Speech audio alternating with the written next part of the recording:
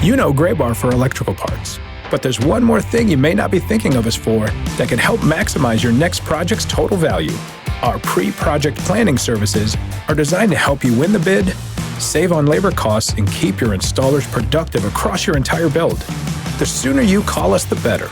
Because when we're there from the beginning, we can anticipate your needs and help you solve problems before they become problems. Yep, Gray Bar does that.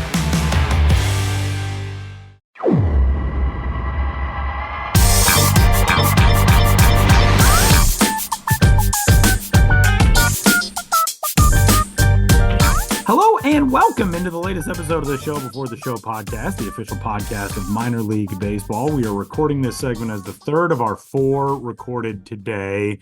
It's already been a nightmare with hotel internet for me, and I look slovenly today. I've got like a beanie on. I'm a disaster. I don't know why you two lower yourselves to record this show with me from week to week. I'm Tyler Mon. Benjamin Hill and Sam Dykes are in New York City. Hi, fellas. I just assumed you were doing your taped audition for the next season of Fargo. Like, that's just not what I thought you were going for. I'm in the wrong Dakota. You're in the wrong Dakota. I'm in the southern one. Yeah. Isn't Fargo like the show mostly in Minnesota? Yeah, this season is. Yeah. I watched the first episode. I was like, man, this is going to be really good. And I've forgotten to watch it since. But the first episode of this season was very good. Well, you got to do more research before you get your audition in, Tyler. That's true. That is true. You know, it's a a hat fun alone fact. is not enough. So I was in the real Fargo just a few weeks ago. The wood chipper from the movie Fargo, the wood chipper prop, that's the word I was looking for, is actually in like the Fargo Tourism and Visitor Center in Fargo, North Dakota, which is fantastic. And if it wasn't like negative 30 degrees when we were there, I definitely would have gone to go see it. That was very cool. I was worried what else were you going to say on that. You're like, if it wasn't so cold, I would have. I would have thrown this hat and hoodie in there because I look horrible today. Ben, what's going on, man? How are you? Hey, I'm doing all right. You know, I don't think I have any major life updates to share. I'm just rolling through my life in the first week of February. That's good. Staying warm. I feel like that's all you can do in the first week in February. Is just like try to stay warm and roll through life. Yeah, I try to come prepared with like a good anecdote, and I forgot this week. I got nothing. It's okay. I'll do better next week. Yeah, I don't blame you. Well, we welcome you into the latest episode of the Show Before the Show podcast, the official podcast of minor league baseball. You can find us wherever you found us via MILB.com, MLB.com, Apple Podcasts, Spotify, everywhere else. And get in touch with this podcast at MILB.com. I got an email today through podcast@MILB.com, which was like some sort of form email about handling troublesome employees, and I figured it was about you two. It wasn't from MLB, but it was from some other organization that was like, if you need to get rid of Ben and Sam, here's how you go about it. And I was like, filing this away for later. Yeah, Tyler's like, well, there's a wood chipper on my Don't worry, I know where to go. Way ahead of you, people. We got a fun show coming up today. In just a little bit, we'll be joined by Michael Clair of MLB.com to talk about some new and fun developments around the world of international baseball, including one with the Hudson Valley Renegades, who have put together a very cool initiative for this 2024 minor league baseball season. And then we'll hear from the Reading Fightin' Phils about some stadium renovations that we talked about a little bit last year, and we'll cover again today as those near their completion. But guys, let's dive in with some news in a quiet time of year. There is a big football game coming up this weekend. American football. I don't know. I'm assuming there's something also going on in like the Premier League, but there's a big American football game coming up on Sunday. I'm not sure if you guys know about it, but there is a story tied to that game. One of the quarterbacks in that game, very famous baseball connection with his father. That's right, Ben. Brock Purdy's dad. Tell us about Brock Purdy's dad and a little baseball tie. Yeah, I wrote about this for my newsletter this week. Subscribe to the Ben's Biz Beat. It'll be a standalone little story on Friday on MILB.com. But Sean Purdy, and I didn't know about this until the Gwinnett Stripers put out a tweet a couple weeks ago that said, hey, this is Sean Purdy, Brock's dad, and he played his 8th and final season in the minor leagues with the Richmond Braves, which was the predecessor in the Braves AAA system, to Gwinnett. It's the same team that franchise relocated. And I was like, really?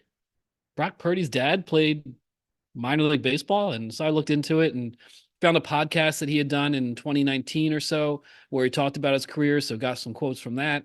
And because I didn't think I'd be able to, the week of the Super Bowl, be able to track down Brock Purdy's dad and be like, hey, you want to talk about your minor league baseball career? So yeah, I looked into his minor league career, used the podcast for some hints and clues as to what to track down. And he played, I believe, 8 seasons in minor league baseball. He was drafted 4 times over a 5-year span and only signed, that fourth and final time. He's from Florida. He went to 2 smaller schools in Florida before then going to University of Miami, playing for the Hurricanes his junior and senior year. Then finally was drafted by the Angels out of college, the 4th time he was drafted, and signed with them. He played for the Palm Springs Angels, who were the predecessors of the Lake Elsinore Storm. And then he played for the Lake Elsinore Storm in their inaugural 1994 season. He also spent some time in Midland, I believe, in Double-A. And he finally, after about 5 minor league seasons, dealing with some injuries, got to Triple-A. He was selected in the Rule 5 draft by the Giants. They took him from the Angels, and the Giants eventually gave him his first shot at Triple-A with the Phoenix Firebirds. And he played pretty well, pitched pretty well for them. He was a right-hander, was more a starter at the beginning of his career, and then moved into more of a relief role. But he was doing well for the Phoenix Firebirds in 1997. There were rumblings in the clubhouse and that he was going to get called up. But then the Giants they made a big trade with the White Sox that netted them Roberto Hernandez, Wilson Alvarez, and Danny Darwin. And that fulfilled their big league pitching needs. He never got called up, even though he was on the verge there. Then he signed with the Braves organization as a 6-year free agent and started that year in Richmond. Again, was on the verge of getting called up, had a sub-2 ERA through the first couple months of the season. His agent called him and said, hey, hang tight, I think you're getting the call. And he said, you know what? I think my arm's hurting right now. And turned out he needed surgery. He was shut down for the season, rehabbed throughout that season, but then ultimately said, you know what? I think I'm done with baseball. So especially in 97 and 98, Sean Purdy was very close to getting into the major leagues. Never quite made it. Then he retired at the age of 29. At that point, he'd had his first child, a daughter named Whitney, who was followed by Brock. And then the third Purdy, Chubba. Chubba. He goes by Chubba, given name Preston. Former Nebraska Cornhuskers quarterback. He just transferred. Yeah, so they're all great athletes. I think at that point, he was more interested in being a family man, and he'd started a spa business in Arizona that's still in business today. It's like the Fantastic Spa outlet in like Mesa, Arizona.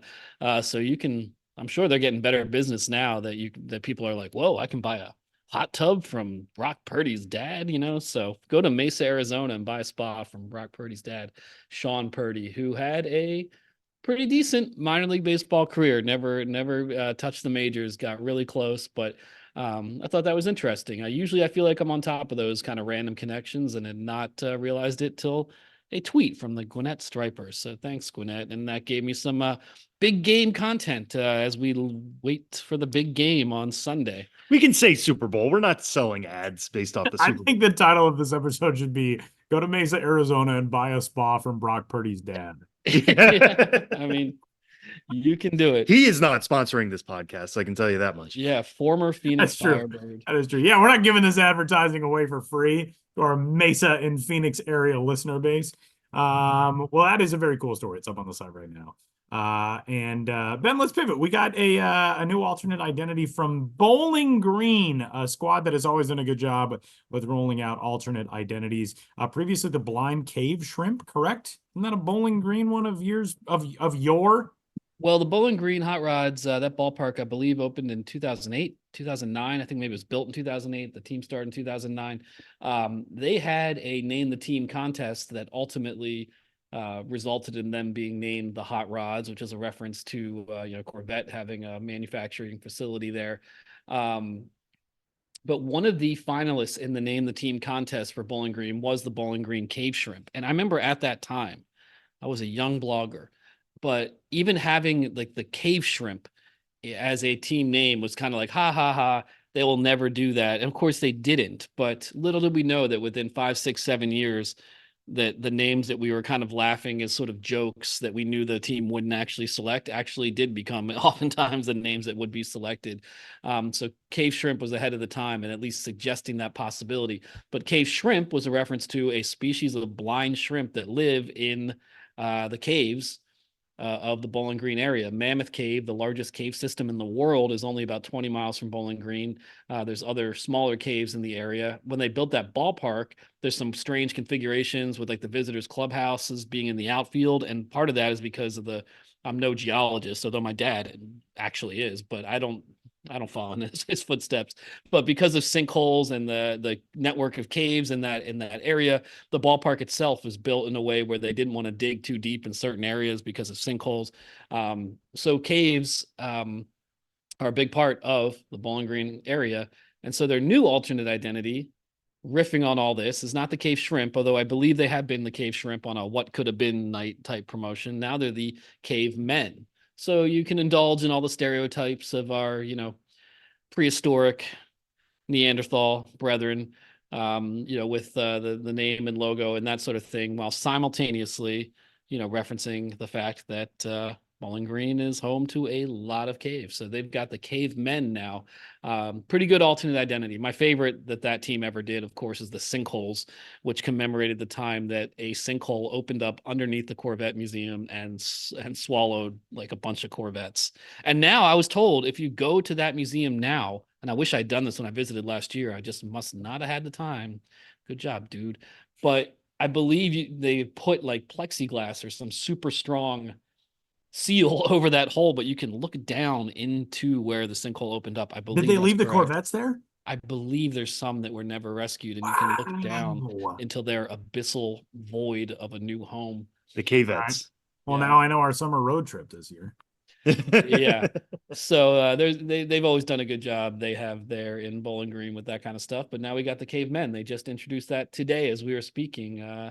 Thursday, February 8th. And if you're listening to this on February 9th, you'll say, hey, they did that yesterday. All right, you guys. Well, Ben, tee up. We're going to hear from Mike. We're going to hear from Redding. Give us a lowdown. What's coming up? Yeah, we got a lot of stuff. I want to get to one more alternate identity because when I went to Binghamton last year, I did I called in with you guys for a segment on the show in which I was standing in a public park in Binghamton, New York, right by a gazebo that was dedicated to Rod Serling of the Twilight Zone because he grew up in Binghamton, and the carousel in that park was used in a famous episode of the Twilight Zone, as was that gazebo in the public park. And I know in the past, Binghamton, back when they were the Mets, they did some Rod Serling themed promos. They haven't in recent years in their Rumble Ponies era, but they have a new identity as well, inspired by the Twilight Zone. They are the Creatures, and it is inspired by the episode of Terror at 20,000 Feet, which was, I believe William Shatner actually starred in that episode. Yes, I think it was did. a more later era Twilight Zone. Also very well spoofed in a Treehouse of Horror Simpsons episode. Yes, I think like so many things in our culture, my first reference point was via The Simpsons. Like so many of us, Tyler, where would we be with our knowledge of America and American pop culture and American history without The Simpsons? But I think that's a good one to note as well, the Binghamton Creatures. And, I could just keep going, but we already have a jam-packed show, as you mentioned. We have two guests. Who are we getting to first? Mr. Mike Clair? Michael Clair. Let's do Michael Clair, who is a row mate of Ben and me, sits very close by, is the guy to go to for international baseball coverage. He wrote about how the Bhutanese baseball community is being honored at Hudson Valley this summer. So here's us talking to Mike Clair.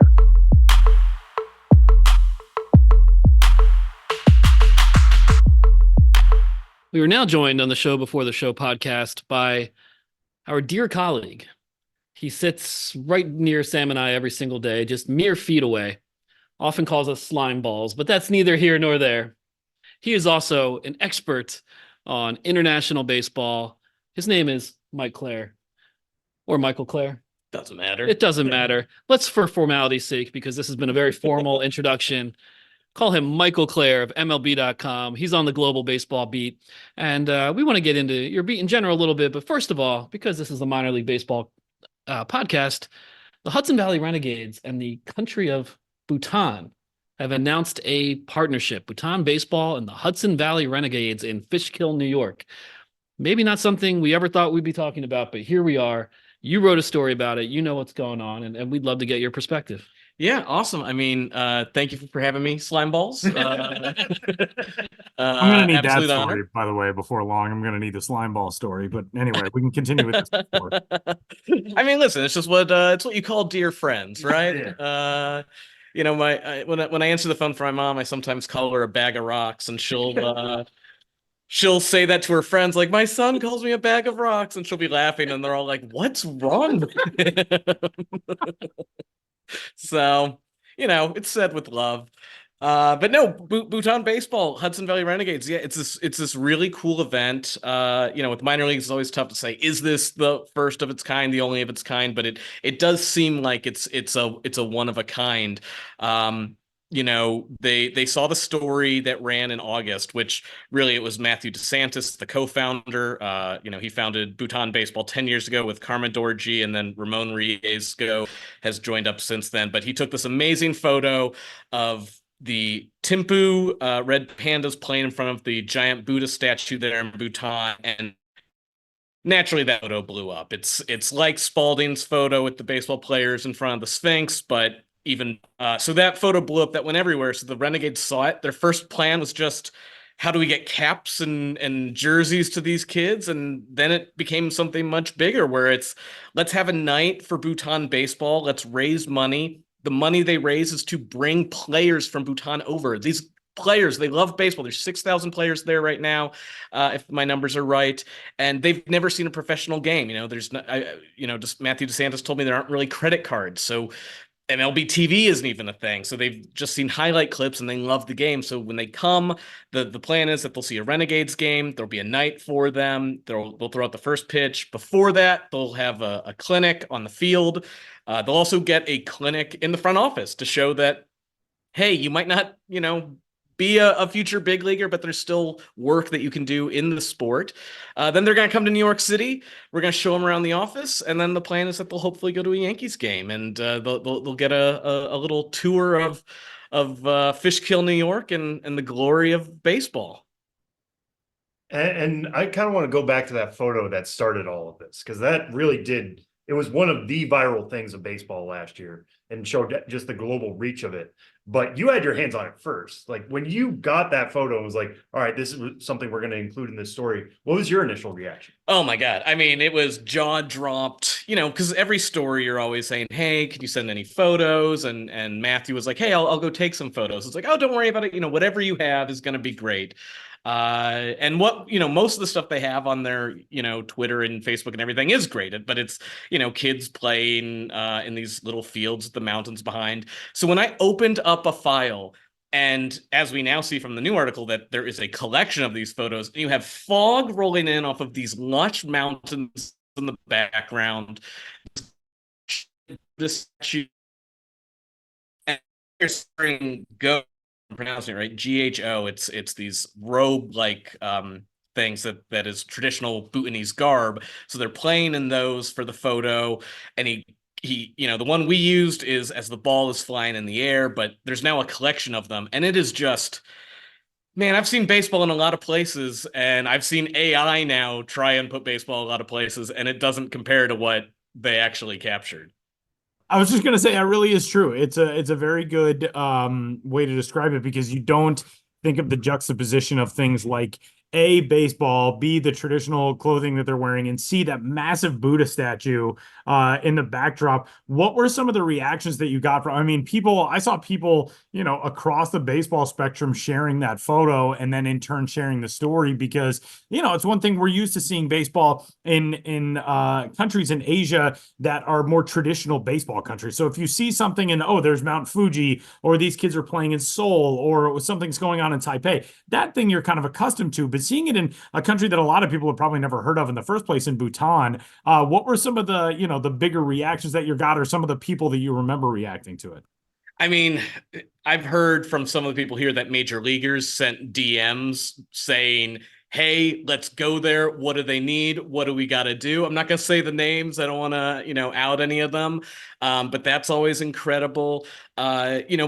Just everybody saying this is the photo of the year. This is the greatest baseball photo ever taken. And to, this is Bhutan baseball. This is Matthew's photo, but to have gotten to play a small part in something that I do think 50, 100 years from now, the next type of person who writes stories like this is going to stumble on this photo and be like, what did I just find? This is the coolest thing. So, it was an amazing reaction and, totally warranted. As a writer, it's also fun to know that no matter what you do or ever write, if a better photo will be remembered over anything else. Yeah, what we do doesn't matter. No, I could have written one sentence that just said "baseball's in Bhutan" and look at this picture, well. just an arrow pointing up to the photo. Exactly. I didn't have to do anything with the story. Mike, one of the really cool things is Bhutan is not a big country. It's not even 1 million people. And you said, 6,000 kids are playing right now. It's a pretty substantial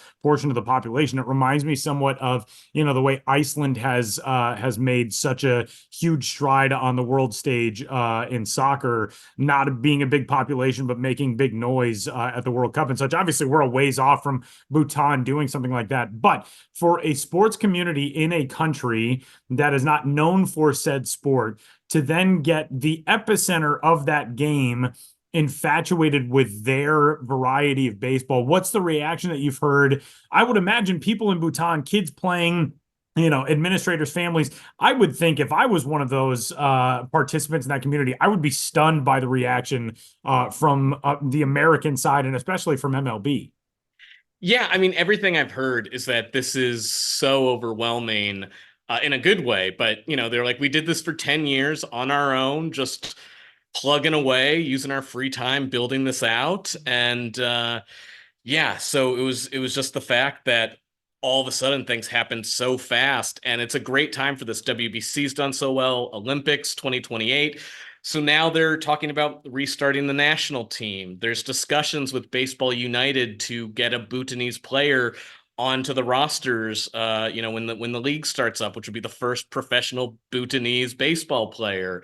Because they've been doing this 10 years. So a kid who was 12 years old when they started is now 22. And they're seeing now, too, that the first wave of kids are now coaches. And, for that, they got a Rapsodo machine. It costs so much money to ship things there and get it into the country. And now they have data analytics that they can share and use to, make the next wave of players even better. So what Matthew kind of said was that but before they went viral, these were all wishes and now they're kind of coming true.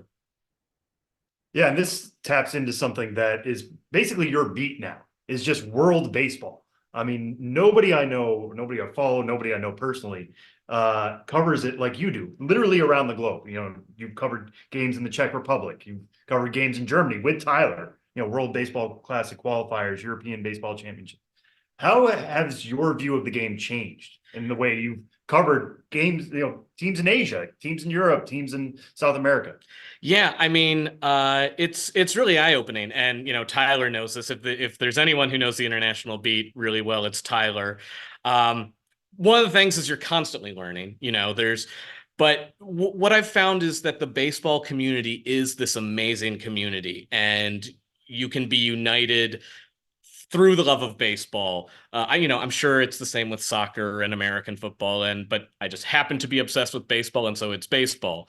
But I've met people all over the world who love this sport and who are making supreme sacrifices. Here in the States, we take it for granted that it's on ESPN and that, we can have an office here with hundreds of employees, and, you go to other places and it's volunteer based, or even, it's not much money and you're working a day job, and every vacation you're doing is to play baseball and do baseball things. And your wife and kids, are part of that, but that's just your life. And so as someone who loves baseball, to meet people who love the game but are willing to sacrifice so much to love the game, it's always really rewarding. And the other thing I'd say is that the level of talent around the world is a lot higher than I think we assume. We get it into our heads that America, Japan, Latin America, Korea, like those are the maybe the main hubs of baseball. But no, there is professional level play in countries where there isn't professional baseball because they're working that hard and they're bringing coaching in, they're bringing and that's the other thing too about the baseball community. The players and coaches that have played, they love to teach it to other people. They love to bring it around the world, and it's it's one of those things that unites us and gives me just honestly a rosy view of the planet.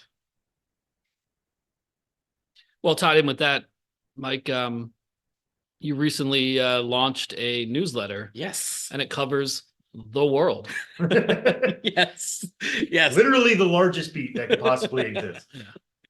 Well, fortunately, I'm not doing it all on my own. We have this new newsletter. It's called International Beat. It comes out once a month.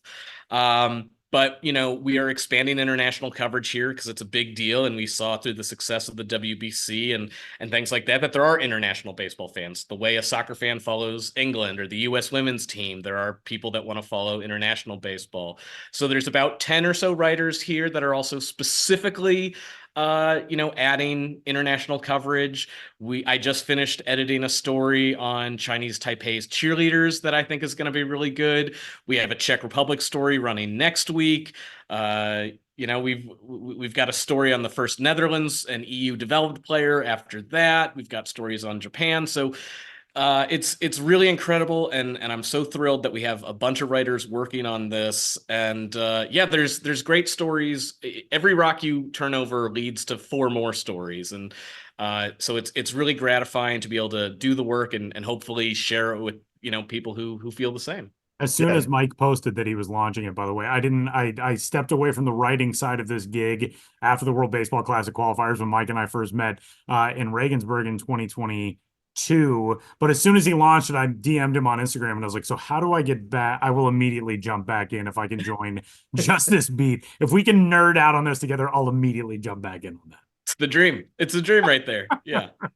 Well, we'll end on this one. A lot of minor league teams listen to this. We've now seen Hudson Valley bring over Bhutanese, or they plan to this summer. What is the next minor league promotion you would like to see involving international baseball? Oh, wow. This is your opportunity to pitch it. That is a great one. Listen, everybody knows how I feel about Czech baseball. Martin Červenka came so close. I think we should definitely have a Czech Republic night, have Svichkova being served on the concourse, have the players rocking, have them wear the Czech Extraliga jerseys. But I also was just having a conversation about Argentina, and is Argentina the next big country kind of behind Brazil for, where they, might show up next? And there is a winter league there. Any minor league team that wants to do anything international, bring a little food over, bring some players over, just show that the international game is there. It's tough to top Bhutan with that photo and the cool, dragon jersey they were able to make. But I don't know. Do you guys, is there an international team that speaks to you that you think should be done? Well, being Dutch, I've always wanted more teams celebrating the Dutch team, and the fact that it is one of the ones that's consistently in the WBC. I mean, something like Brooklyn or not Staten Island is independent now, but I would love to see more tie-ins with that. Maybe get Didi Gregorius in for a game, just to tell people what the game is like there. I don't know, Ben, do you have one? No, I like the world equally. I try not to pick favorites. I feel I don't want to, let my ethnocentric prejudices influence what I might say. I just want the entire world to be covered. But also, the world is huge, and it's the biggest baseball beat yet so far, but it's nothing compared to the infinite vastness of space. Yeah. And that's why we need UAP disclosure now. That's Right. really why I'm on the podcast. Right. We don't know if they have baseball in other galaxies yet or not. We can't rule that out. I think that's the big point there. And that's and also under the oceans. We don't know what whales are doing in the Mariana Trench. If So, Atlantis existed, maybe they were playing there. wow, Sorry. incredible. I'm not sorry. I'm not sorry at all. Incredible. I'm actually very glad that I was talking over that joke because I didn't hear what Sam said, and based on your reaction, it was one of those Sam jokes, wasn't it? You want me to do it again, Tyler? I'll do it again. We'll do it again. I said they're all submarine pictures down. I hope the clip that they edit out of this podcast is me face palming. Unbelievable. You know, last year, just to say about the minor league stuff, Pakistan played a couple games, I think against India. I might be wrong, but there was a small tournament with an independent league team in Illinois, I think. So, you know, there are things happening. There's things percolating. And I made a great friendship with a barista one day while wearing my Pakistan hat. He's from Pakistan. We talked for a while. We talked baseball. It was great. That's the goal of all this. That More is conversations. One of my favorite things in the world is when, and we've talked about this with minor league hats too, but when you just strike up a conversation with somebody because, oh, I recognize that place or that flag or that logo or that whatever. And that's one of the coolest things to me about baseball. And Mike, for those of us who are eagerly awaiting the next edition of the International Beat newsletter, when can people look for it? How can people sign up for it? And most importantly, when is somebody going to give you and I the funding for our international buddy comedy TV show where we just travel around and we do all of these things? Yeah, the last one I'm still waiting to get hit by a Rolls Royce and get a settlement on that. That's my plan for funding. I'll give that the next the next newsletter, it's going to be end of the month. It's once a month where we, cover a story. Maybe this month we'll cover the first no-hitter in the Caribbean series since 1952. Last night. Very exciting stuff for Venezuela. I surprisingly got to watch that in my hotel room in Vermilion, South Dakota, because there is a Bally's network affiliate in this region, and I flipped it on. It was like the third inning. I was like, oh, I'm absolutely watching this game. And then it was the first no-hitter in the Caribbean series since 1952. Oh man, what a time to tune in. What a game, what a performance. So yeah, it comes out monthly. We round up the stories we run, and to sign up, just the Beat newsletter signups on MLB, search Google, they'll lead you to it. My Twitter should have the link up there somewhere. And if it's not, I should go and actually change that to add that there. And yeah, sign up, and, once a month, we're not going to fill your inbox, and, let's bring baseball to the globe, or baseball's already around the globe. Let's just, highlight it. Let's hammer it home for everybody who doesn't know that it's around the globe. It is a very exciting few years on the international calendar as well. Later this year, China hosts its first ever international baseball event on the global stage with the U23 World Cup. Premier 12, which is the top level international tournament outside of the World Baseball Classic, is later on this year. Next year, we're already back in World Baseball Classic qualifiers because the next Classic is in 2026. And then, as Mike noted, the Olympic Games in 2028. Baseball will be back in those as well, along with softball. So a tremendously exciting time for international baseball. And Mike Clair, you can find Mike Clair stuff all over MLB.com. When Mike and I finally got to hang out, this is one of my big regrets of 2023. We got to hang out in Fredericksburg, Virginia for Home Run Derby X. I was leaving town at like 5 a.m. the next day. And then the day after that, I had to fly to Taiwan to do an event, to do a World Cup. So I didn't get to actually hang out with Mike, and I've regretted it every single day since. But when I posted on Instagram, I said, every time I get a push notification from MLB and I read it and I think, oh, I'm going to love this story, invariably it's a Mike Clair story or a Matt Monaghan story. Those two dudes crush everything. Go find all of Mike's work at MLB.com. You're the best, man. This is so, I said when you signed on, it's great to not just be stalking you on social media and to see your face on my computer screen. Listen, I regret that you left early also. That's my but no, I love you guys, and thank you for having me on, and it's great to join you slime balls, anytime.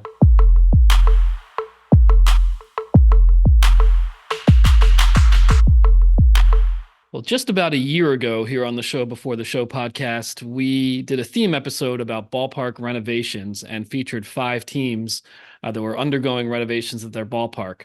One of them was the Reading Fightin' Phils, who, as we speak now, are in the final stages of a massive ballpark renovation, some major fan-facing elements. It's one of the oldest ballparks in the minor leagues, over 70 years old, and it's entering a new era with these renovations. And it costs something like $45 million. So one of the biggest expenditures as well. So a lot going on. And as we are getting closer and closer to opening day, we wanted to check in and get an update on what's going on and what we can look forward to. So to that end, we have Jake Starr, the media relations manager and broadcaster for the Reading Fightin' Phils. Jake, thanks for being here. Yeah, appreciate you guys having me on. Always a pleasure to talk and happy to chat about the renovations and a lot of exciting things coming here to Reading this season. Yeah, well, to start, and we did cover the renovation somewhat a year ago, but if you can just go first before we get into the specifics, the larger impetus for undergoing this big set of renovations at the ballpark. Yeah, for sure. Obviously the biggest core of the whole thing is the new rules put in by Major League Baseball a couple years back in terms of spaces and what's required for player development and what the players need throughout their minor leagues. So one of the main purposes of the building was to provide those spaces for our players, starting this year and moving forward.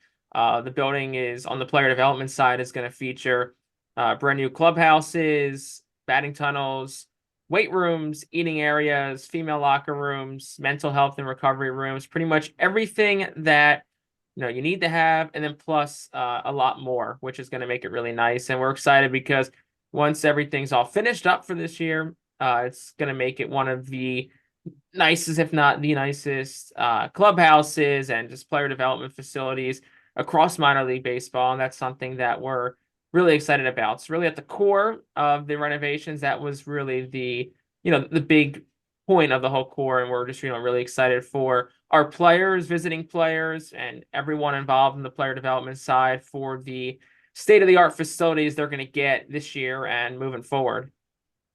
Yeah, and $45 million, the largest in the history of First Energy Stadium, which opened in, I believe, was it 1951?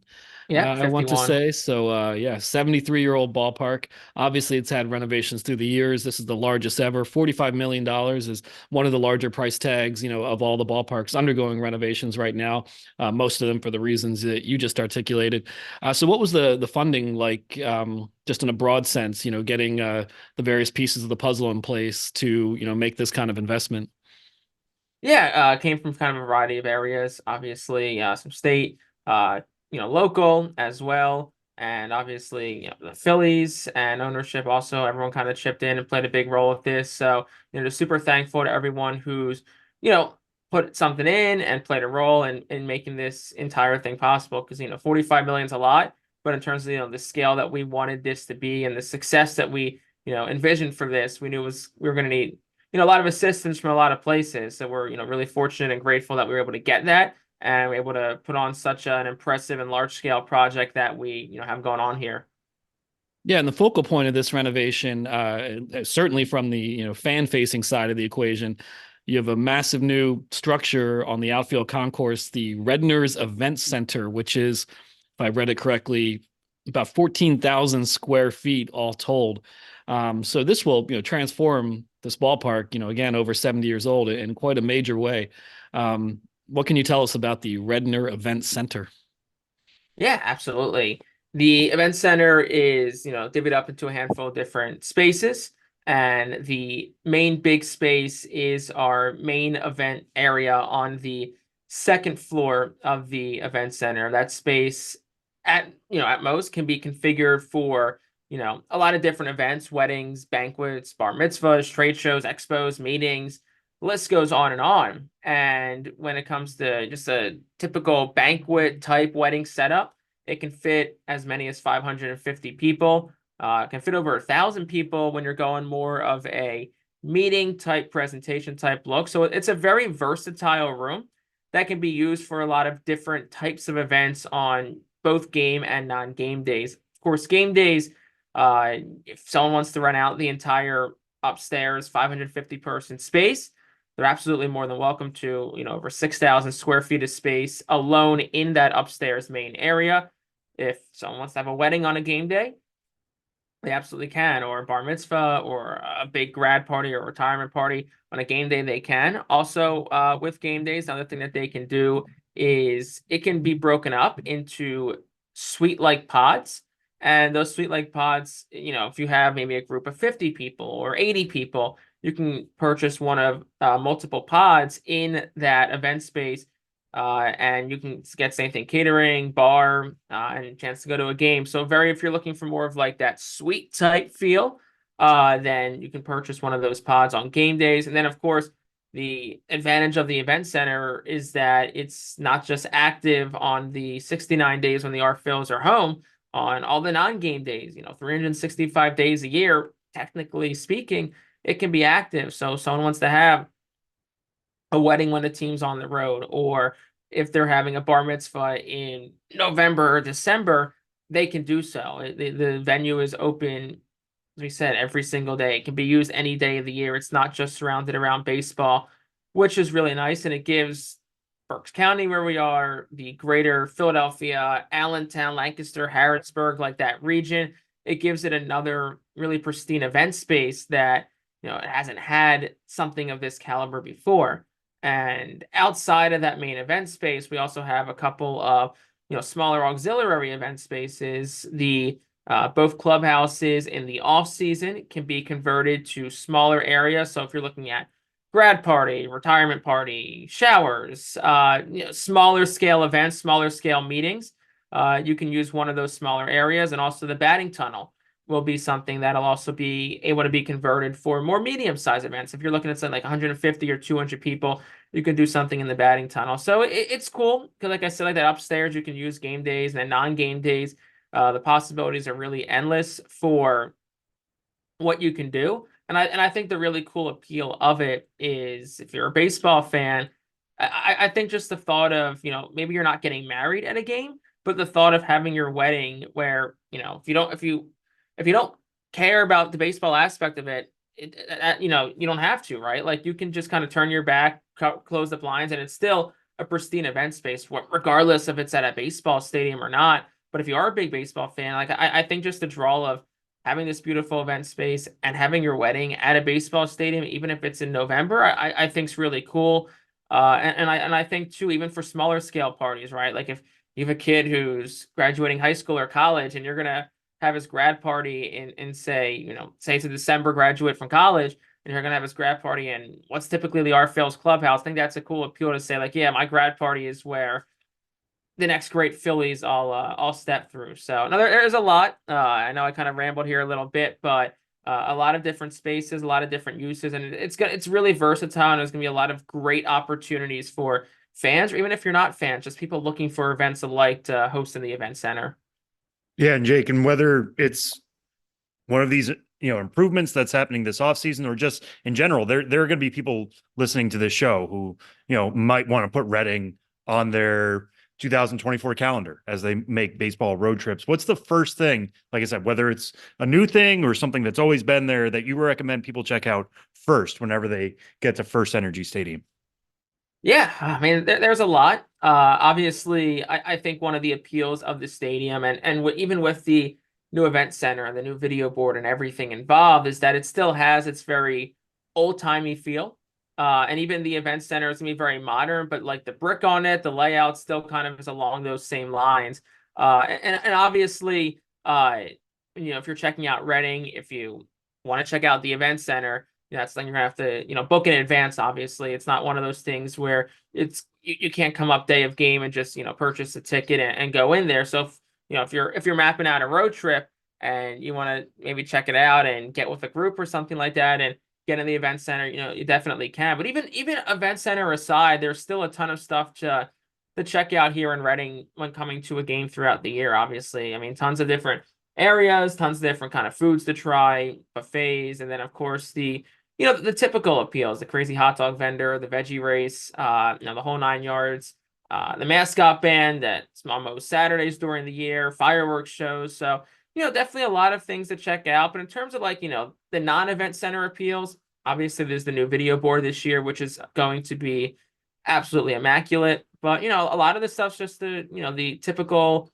traditional stuff that we've done for a long time here that's kind of brought fans out to the ballpark. Like I said, the hot dog vendor, veggie race, so on and so forth, that I think is really what makes this place special and exciting for fans that come out here, especially if you're, road tripping and trying to map out where you're going to go. Wait, are the cheeseburgers still shaped like hot dogs?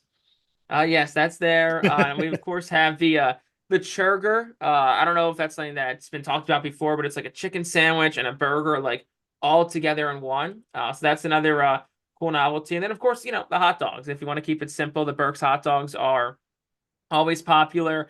Always a special treat when people come here because they, just taste a little bit better than any other old hot dog.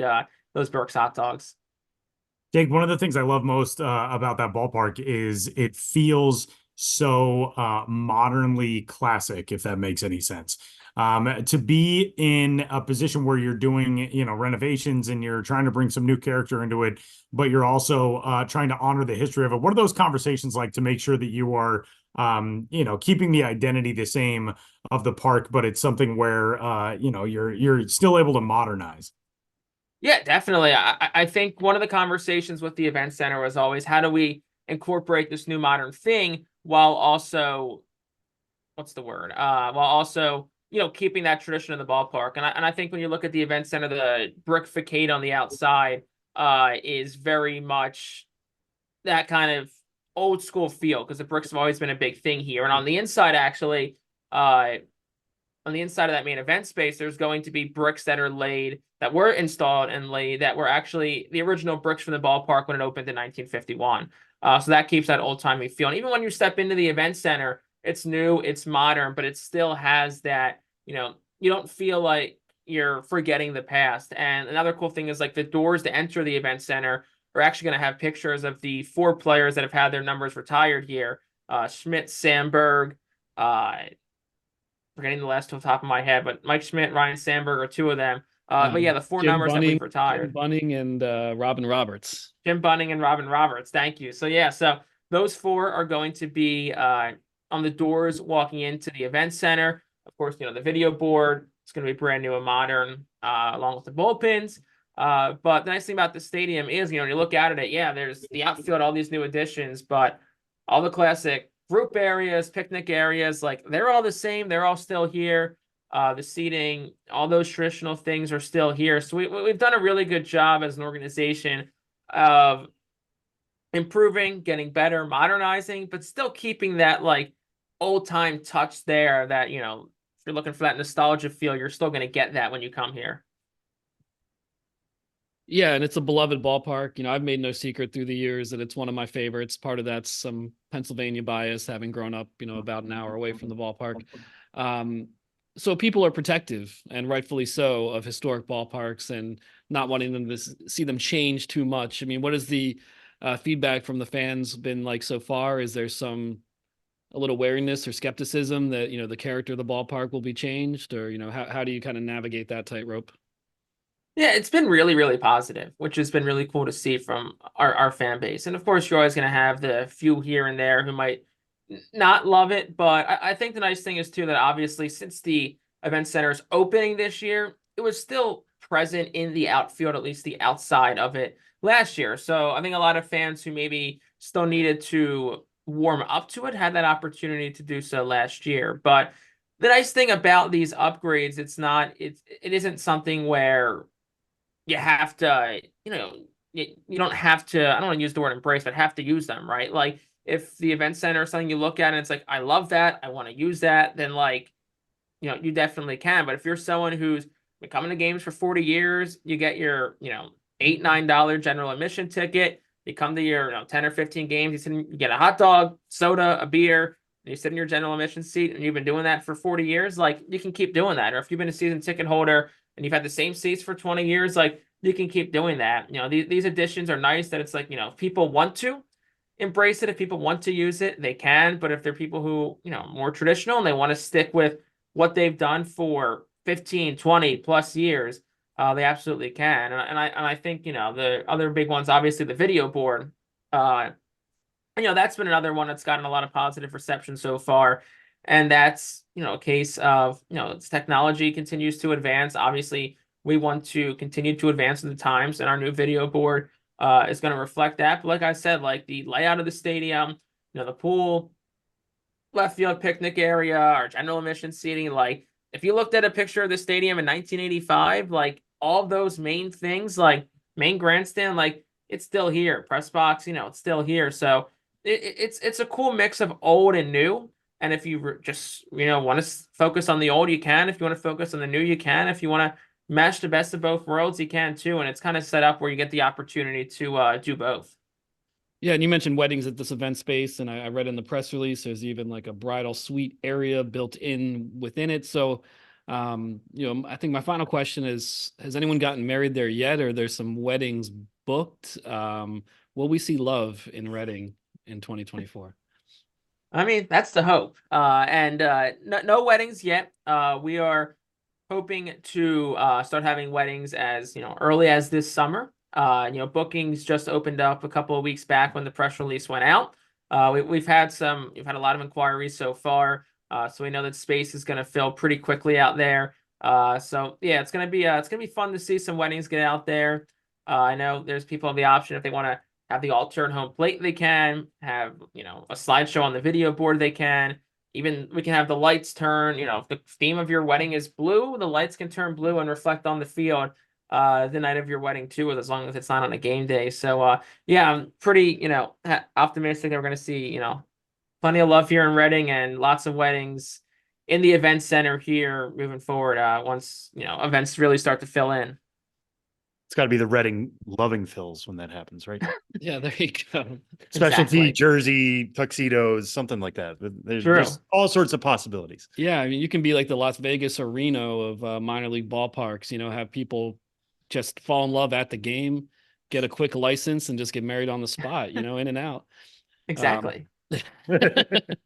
So we'll keep an eye out for that, but also some more planned and thoughtful nuptials at the ballpark is and I'm looking forward to visiting again. It's been a few years since I've been there, and again, Reading is one of the best places to see a game. So interested to see all the improvements and how they're incorporated, and appreciate you taking the time to fill us in. So Jake Starr with the Reading Fightin' Phils, thanks so much for joining us on the Show Before the Show podcast. Absolutely, guys. Appreciate you having me on. Happy to chat about the event center. And Ben, looking forward to seeing you out here at a game this year.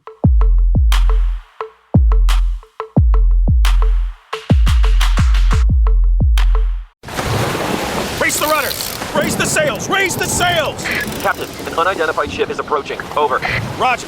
Wait, is that an Enterprise sales solution? Reach sales professionals, not professional sailors. With LinkedIn ads, you can target the right people by industry, job title, and more. Start converting your B2B audience today. Spend $250 on your first campaign and get a free $250 credit for the next one.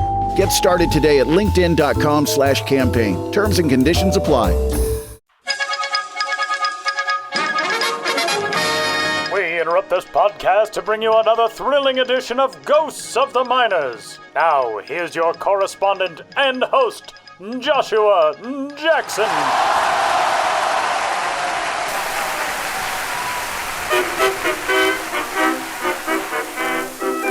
Welcome back to Ghosts of the Miners, in which all of you out there in Radioland must identify the legitimate historical ball club or player hiding amidst the fraudulent pair. One once patrolled the outfield.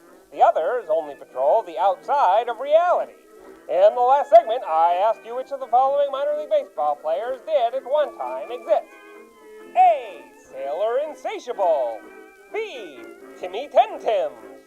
C. Joseph Moore Joseph. You've got it just right if you picked C. Joseph Moore Joseph, who played 9 minor league seasons across 11 years in the middle of the 20th century. Moore Joseph would have been a tough ask with a career that long. He played in nearly 800 professional games. And yet there was even more Joseph to be had. When Joseph Moore Joseph was playing for the Canadian American League's Gloversville Johnston Glovers in 1942, the Glovers had a fan by the name of Joseph Joseph. Joseph Joseph reportedly offered Joseph Moore Joseph $1 for every home run he hit that season. In other words, more homers meant more money for Joseph Moore Joseph, less for Joseph Joseph. By season's end, Joseph Joseph owed Joseph Moore Joseph a fifth of a Benjamin, or a lone crumpled Jackson. But enough about me. If that anecdote of Joseph and Joseph just wasn't enough for you, here's even more Joseph joshing for every man jack of you. In 1941, the season before Joseph met Joseph had played for St. Joseph, and then even more St. Joseph. More Joseph opened 41 with the Michigan State League St. Joseph Autos, then moved up to the Western Association's St. Joseph Ponies in Missouri, then was sent back from MO to MI. In relaying the chain of transactions, the Joplin Globe jabbed, "That may not sound funny, but try reading it aloud with your mouth full of hot mashed potatoes." Okay, here goes. Joseph over 1941, with the Michigan State League St. Joseph Autos, was then promoted to the Western Association St. Joseph Ponies, and then was shipped back from St. Joseph to St. Joseph. That may not sound funny, but try reading it aloud with a mouthful of hot mashed potatoes. Indeed, More Joseph was no stranger to taters. Some sources have him hitting as many as 40 homers in 1941, and he belted a minimum of 20 in at least 4 different seasons. More Joseph might have had more jacks had it not been for World War II. More Joseph seems to have spent 42 to 45 not as a G.I. Joe, but with many other Tom, Dick, and Harrys in the Coast Guard. His service included at least one stint playing for the Guard's San Francisco Surf Riders ball club. But even after the war, and even after he underwent an appendectomy at age 29 before the 1949 season, More Joseph hadn't had enough. In 1950, he appeared in 13 games for the Western International League's Victoria Athletics before finally appearing satisfied. And that's how More Joseph gave it his all. Now, on to the question for next time. Which of these teams sought to field generational talent in the minors of yesteryear? A, the Kilgore Boomers. B, the Dresden Millennials. C, the Fort Riley Xers. Want to know the answer? Act your age. Or tune to the next Ghosts of the Miners. But for now, you'll have to excuse me.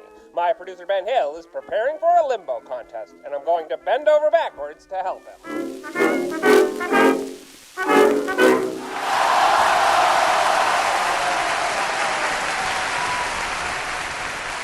Well, huge thanks to Mike Clair and to Jake Starr for joining us on this week's episode of the show before the show. And that'll do it. Pitchers and catchers start reporting next week. Next week. Say that with a mouthful of mashed potatoes, though, please. I'm going to give that a shot. Next week, I'll give that a shot. Yeah. Tremendous job by Josh Jackson this week on Ghost of the Miners. Just real bang up. One of my favorites by far. Also, his wife, Ella, one of our favorite people, she's been under the weather this week. Feel better, Ella. We love you. Have Addie and Olive, your new puppy and kitten, just smother you with love, and that'll help you feel better. And then send them our way so they can smother us with love because they're adorable. Stay away from your husband because he has a mouthful of mashed potatoes. Yeah, exactly. Keep him away. He's like, at least until he's done with the mashed potatoes. All right. Well, for Benjamin Hill, Sam Dykstra, Josh Jackson, and everyone else at MILB.com and MLB Pipeline, my name is Tyler Mon. We'll catch you next week.